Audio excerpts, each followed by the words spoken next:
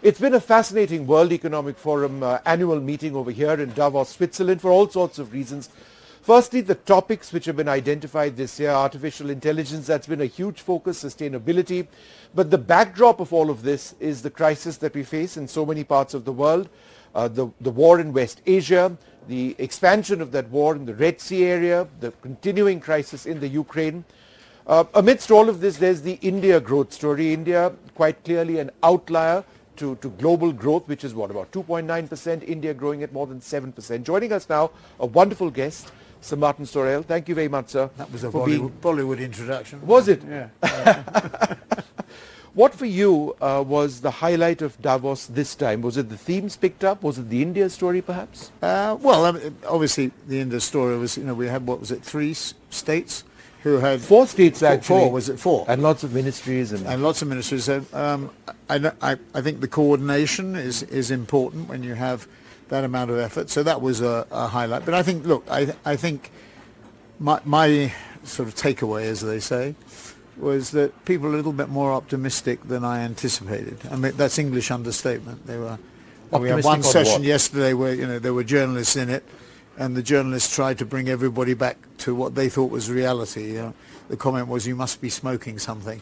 Because the people, there were government ministers, finance ministers, there was the private sector, including representation from India. And the general mood, when asked, do you think 2024 will be better than 2023, almost a majority of the people in the room put their hands up, which of course, said yes. Yes. That's surprising. Which is very surprising, because coming here, there's the doom and gloom surrounding the 3. I mean, you touched on 2 of them. There's obviously US-China relationships, or lack of them, from which India benefits, actually. Secondly, there's the Russia-Ukraine situation, and thirdly, Iran, and who thought that we would have Iran and Pakistan trading missiles with one another whilst we've been sitting. The leaders were sitting in Davos. Yes, absolutely, and berating one another in Davos. So I think that's the biggest thing. You mentioned AI. There's a lot of chat around it. There's a lot of focus on it. We can get into the detail of how it affects our industry. The big thing for 2024 is the development of use cases, of case studies, of how AI is working and will work. That's going to be absolutely critical, because the chip producers, principally NVIDIA, are adding to capacity. They're selling chips like hot dinners. And they're selling processors like hot dinners. And the question is, does demand peak? So in order to continue to stimulate demand, there has to be concrete identification of opportunities. And that's going to be the task for 2024. For example, in our case, we get projects at the moment, $500,000 here, $1 million there. What we're looking for is the big technological transformation projects. The other thing I think about Davos is it underlines the 2 things that we see going on. One is geographical fragmentation. The days of Ted Levitt and the Harvard Business Review in 1983 of globalization and consumers consuming everything the same way, that still holds, but in a very much more fragmented way because of the 3 geopolitical risks, quite apart from climate change, North Korea and the other things that we have to deal with. So that uncertainty. So one thing is focus on the growth areas. That's where the India story becomes so potent and powerful. So North and South America, that block is going to become more and more important. I think it's fanciful to believe that America will become a traditional labor manufacturing economy again, with labor rates rising like the UAW agreement by 25% over 4 years. It's unrealistic to believe. You might build chip factories in Columbus, Ohio, between Brookfield and Intel, but if you want to deal with your supply chain, Apple and Tesla go to Mexico. So Mexico, Colombia, Brazil, Argentina, Uruguay. Yes. We'll see how Malay does in Argentina. That block, very important. Middle East, huge vision. You see it here on the promenade in Davos, and not just Saudi, UAE, Qatar.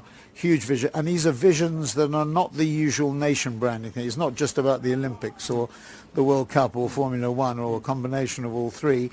It's about changing the way that countries around the world globally think about Saudi, think about the UAE, think about Qatar culturally. A final question and a focused question on India. Yeah. Has it been a mini India on the promenade this year in your Yes, opinion? I think it is. I think this is... And why the interest in India? I mean, I sense a great deal of interest in what I said, growth. If you're looking... Would you like to talk a little bit more about I think, what people are saying, or how you see that growth story? Modi has done a fantastic job.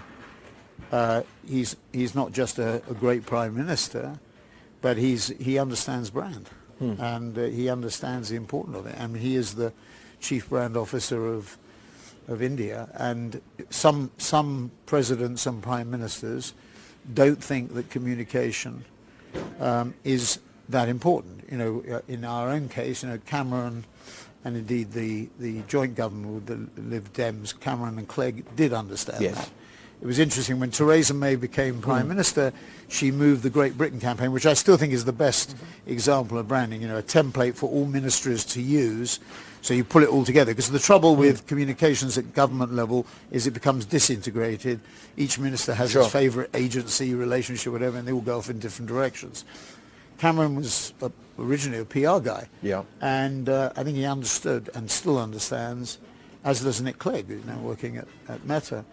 They understood the importance of communication, and that's central. When Theresa May came in, she moved it out of 10 Downing Street, and she didn't regard herself, I think, as being the chief brand officer. She didn't have time for that, and that's a big mistake. Modi understands that.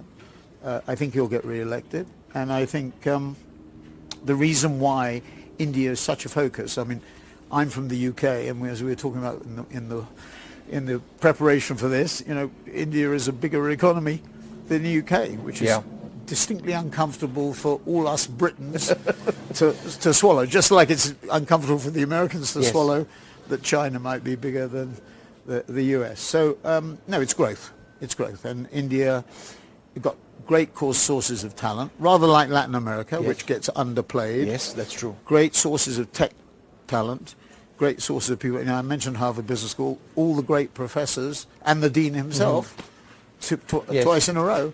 Where do they come from? They come from India. So I think, and the great entrepreneurs, you know, the Ambanis, the Bhartis, I mean, it's Mittal, I mean, it's extraordinary. So, and those entrepreneurs, having built their businesses in India, and now expanding globally around the world. And so Davos is a good vehicle for them. And you can see, you know, I hate the phrase global north and global south because it's a mixture of the two.